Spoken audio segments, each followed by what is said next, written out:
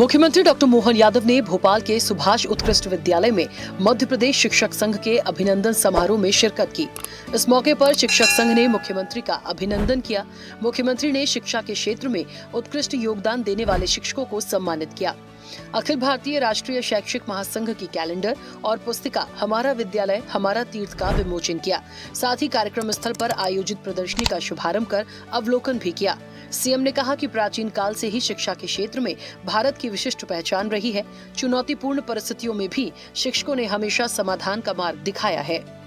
भारत की पहचान दुनिया में अगर किसी कारण से है तो हमारे देश की शिक्षा व्यवस्था और शिक्षकों की भूमिका के कारण से सदैव सनातन संस्कृति हमको विश्व गौरव का इस मान सम्मान की तरफ भी ले जाती है। मुख्यमंत्री डॉक्टर मोहन यादव ने कहा कि प्रदेश के शासकीय विद्यालयों में शिक्षकों ने हर विद्यार्थी के व्यक्तित्व को निखारते हुए उसे समाज का सशक्त आधार बनाया है। मध्य प्रदेश में 22,000 से अधिक शिक्षकों का सरलता से युक्तियुक्तकरण किया गया है। प्रदेश में सबसे पहले नई शिक्षा नीति लागू करने के साथ ही डिजिटल कक्षाएं और कौशल व्यावसायिक प्रशिक्षण शुरू कर शिक्षा व्यवस्था को और प्रभावी बनाया गया है। 22,000 से ज्यादा शिक्षकों का युक्तियुक्तकरण बहुत सरलता से हो गया और पता भी नहीं चला। ये तो कमाल ही हो गया। मुख्यमंत्री डॉक्टर मोहन यादव ने कहा कि इसी सत्र में 200 नए सांदीपनी विद्यालयों के भवनों का निर्माण होगा। मध्य प्रदेश में उत्कृष्ट विद्यालयों के निर्माण की प्रक्रिया निरंतर जारी है और सरकार की शिक्षा के लिए सभी आवश्यक संसाधन सुनिश्चित किए जा रहे हैं। जहाँ सांदीपनी विद्यालय बनता है, मुझे इस बात की प्रसन्नता, पूरे देश के अंदर इतने अच्छे विद्यालय कहीं नहीं है, ये गारंटी से कह सकता हूँ, जितने अच्छे आज बन रहे और पर्याप्त धनराशि दे रहे हैं। आने वाले समय में भी अभी 200 और नए भवन इसी सत्र में प्रारंभ होंगे। मुख्यमंत्री डॉक्टर मोहन यादव ने कहा कि महाराष्ट्र के उप मुख्यमंत्री अजीत पवार गरीबों, वंचितों और पिछड़ों की सेवा में सदैव समर्पित रहे। महाराष्ट्र के विकास में उनका अमूल्य योगदान रहा। वे जमीन से जुड़े नेता थे। उनके असामयिक निधन पर मैं श्रद्धांजलि व्यक्त करता हूं। बाबा महाकाल से प्रार्थना करता हूं कि उन्हें अपने श्री चरणों में स्थान और शोकाकुल परिजनों को ये कष्ट सहने की शक्ति दे। बारामती में लैंडिंग के समय हमारे महाराष्ट्र प्रांत के उप मुख्यमंत्री अजीत पवार जी का दुखद निधन अत्यंत कष्टकारी है, दुखद है। बाबा महाकाल से कामना करता हूं उनको मोक्ष प्रदान करे। मुख्यमंत्री डॉक्टर मोहन यादव ने कहा कि प्रधानमंत्री नरेंद्र मोदी के सशक्त नेतृत्व में भारत यूरोपीय संघ मुक्त व्यापार समझौता हमारे देश की वैश्विक आर्थिक यात्रा का स्वर्णिम अध्याय है। ये ऐतिहासिक समझौता भारत को 27 यूरोपीय देशों से जोड़ने के साथ ही 99% से ज्यादा भारतीय उत्पादों को विशेष बाजार पहुंच प्रदान करेगा, जिससे लगभग 6.41 लाख करोड़ की निर्यात संभावनाएं साकार होंगी।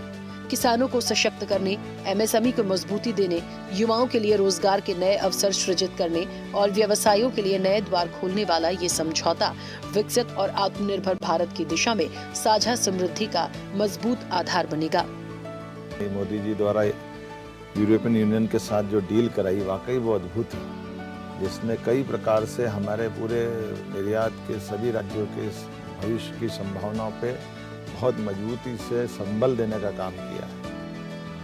मुख्यमंत्री डॉक्टर मोहन यादव ने महान स्वाधीनता संग्राम सेनानी पंजाब केसरी लाला लाजपत राय जी की जयंती पर कोटि-कोटि नमन किया है। आपके बलिदान के प्रति ये राष्ट्र सदा कृतज्ञ रहेगा। आपने मातृभूमि की रक्षा के लिए अंतिम सांस तक संघर्ष किया, जिसने लाखों भारतीयों को आजादी की लड़ाई में बढ़-चढ़ कर प्रतिभाग करने की प्रेरणा दी। मुख्यमंत्री डॉक्टर मोहन यादव के नेतृत्व में हर विद्यार्थी तक गुणवत्तापूर्ण और समावेशी शिक्षा के लिए मध्य प्रदेश सरकार का संकल्प पूरा हो रहा है। मुख्यमंत्री डॉक्टर मोहन यादव ने कहा कि बच्चे राष्ट्र की पूंजी हैं, इनका भविष्य संवारना हम सब की जिम्मेदारी है। बेहतर शिक्षा के लिए मजबूत अधोसंरचनाओं और कुशल मानव प्रबंधन पर हम प्रदेश के बच्चों का भविष्य बेहतर बना रहे हैं। प्रदेश में 369 नए सांदीपनी विद्यालय शुरू किए गए हैं। शिक्षा का अधिकार अधिनियम में 8.50 लाख विद्यार्थियों की शिक्षा को सुनिश्चित किया गया है। निजी विद्यालयों में अध्ययनरत छात्रों की पूरी फीस का भुगतान राज्य सरकार कर रही है। स्कूलों में ड्रॉप आउट दर में ऐतिहासिक कमी आई है, जो साल 2024-25 में 6% से घटकर 0% हो गई है। मुख्यमंत्री डॉक्टर मोहन यादव ने जनजातीय नायकों के सम्मान को मध्य प्रदेश सरकार की पहचान बनाया है। जनजातीय वर्ग के समग्र विकास और कल्याण के लिए 40,804 करोड़ के बजट का प्रावधान किया गया है, जो पिछले बजट की तुलना में 23.4% की बढ़ोतरी की गई है। पीएम जनमन योजना में 21 जिलों में 66 मोबाइल मेडिकल यूनिट शुरू की गई है। पीएम जनमन कार्यक्रम में आंगनवाड़ी भवनों के निर्माण में मध्य प्रदेश देश में अव्वल है। पीएम जनमन योजना में करीब 50,000 आवास पूरे किए गए हैं।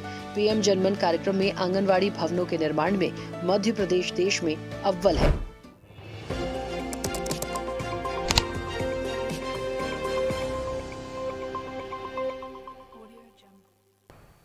ऐसे ही वीडियोस के लिए लाइक करें, शेयर करें, फॉलो करें। YouTube पर जाकर सब्सक्राइब कर बेल आइकन दबाना ना भूलें और ताजा अपडेट्स के लिए swedeshlive.com पर जरूर जाएं।